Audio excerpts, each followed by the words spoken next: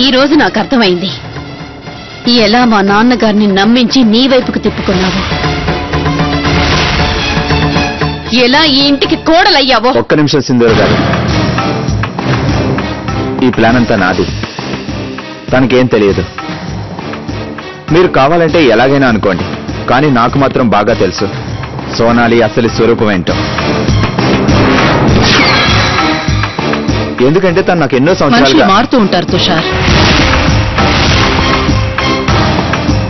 సోనాలి ఇంటికొచ్చిన కొత్తలో నాకు కూడా తన మీద నమ్మకం లేదు, కానీ ఇప్పుడు తనపై నాకు పూర్తి విశ్వాసం ఉంది.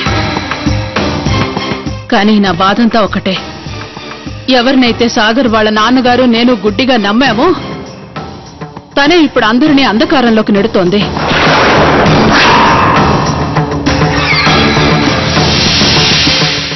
అత్తయ్య, ఈ పని విద్య ఎంత మాత్రం చేసుండదు. విద్యకి మంచేదో చెడేదో తెలుసు. కానీ తుషార్ తన మర్యాద మర్చి అతిథులు అతిథుల్లో ఉంటే బాగుంటుంది. ఇలాంటి పనులు చేయడం మర్యాద కాదు.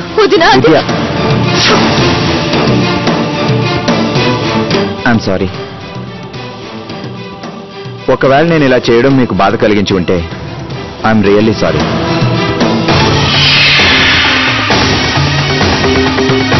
అత్తయ్య,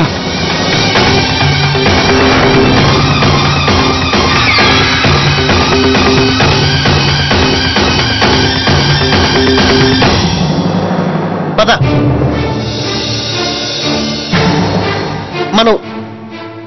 మనం వీళ్ళ టీంలో ఉండకూడదు. వీళ్ళంతా చెడ్డవాళ్ళు. నేనెప్పుడు వీళ్ళ టీంలో ఉండను. వీళ్ళంతా బ్యాడ్ పర్సన్స్.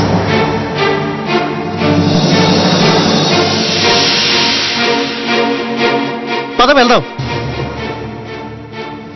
కట్టిఫ్ కట్టిఫ్ కట్టిఫ్. పద.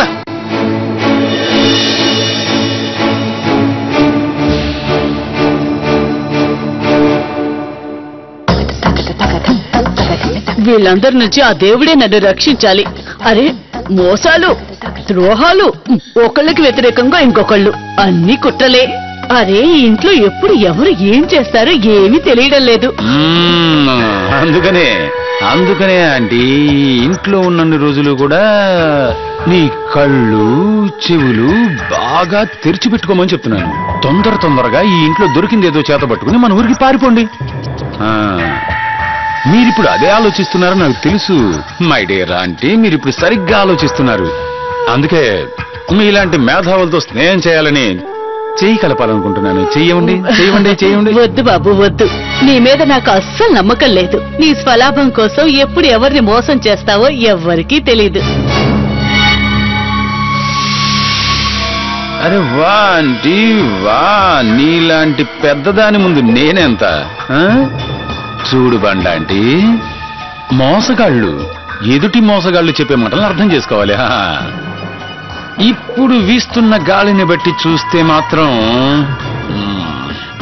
నాకు ఒక్క విషయం బాగా అర్థమవుతుంది. మనిద్దరం ఎప్పుడు పక్క పక్కనే ఉన్న పడవల్లో ప్రయాణం చేయాలి, అంతే.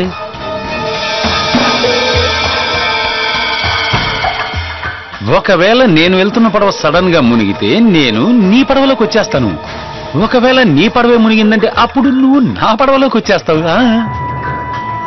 ఒకవేళ నువ్వు ఒకవైపు పడవలో వెళ్ళి నేను ఇంకోవైపు వెళ్తుండగా మధ్యలో ఏదైనా జరిగి పడవ మునిగిపోతే మన పరిస్థితి ఏంటి? ఒకసారి ఆలోచించు.